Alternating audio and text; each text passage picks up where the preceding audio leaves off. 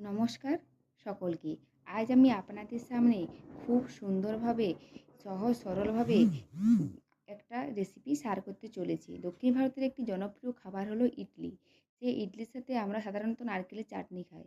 যে নারকেলের চাটনি আমরা কীভাবে প্রস্তুত করব না, প্রথমত আমরা নারকেলগুলোকে তার কালো অংশটা ছাড়িয়ে সেটাকে ক্ষুদ্র ক্ষুদ্র করে কেটে নেব। এরপর নারকেলের সাথে কিছুটা পরিমাণ বুটের ডাল ও বাদাম দিয়ে সেটাকে মিক্সিতে ভালো করে পেস্ট করে নেব। এই এই ঘন পেস্টটার মধ্যে সামান্য পরিমাণ জল দিয়ে তাকে কিছুটা পরিমাণ তরলে পরিণত করব, যাতে করে আমাদের ওই ইডলিটা খেতে সুবিধা হয়।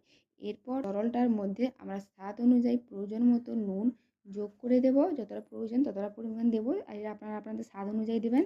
এরপর আমি স্বাদের জন্য কিছুটা পরিমাণ চিনি দিয়ে দেবো, যে যেমন মিষ্টি খান সে সেরকমভাবে দেবেন।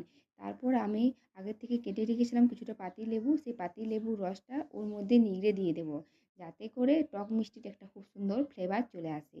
এরপর আমি কড়াই করিয়ে তাতে তেল দিয়ে তাতে দুটো শুকনো লঙ্কা দিয়ে দেবো। এরপর সর্ষে ফোড়ন হিসাবে ওর সাথে আমি দিয়ে দেবো। সর্ষে দিলে খুব সুন্দর একটা গন্ধ আসে চাটনিটার মধ্যে। তারপর যতক্ষণ পর্যন্ত ফোড়নটা আসবে, এরপর আমি আগের থেকে তুলে রাখা গাছ থেকে কারি পাতা ওর মধ্যে যোগ করে দেবো। এরপর কিছুক্ষণ পর্যন্ত কড়াইতে নাড়াচাড়া করে নিয়ে সেটা যখন ভাজা ভাজা হয়ে যাবে, তখন ওই চাটনির মধ্যে আমি ওই ফোড়নটাকে দিয়ে দেবো উপর থেকে। তারপর একটা চামচে করে ভালোভাবে সেটাকে নেড়ে নিলে আমাদের প্রস্তুত ইডলির জন্য নারকেল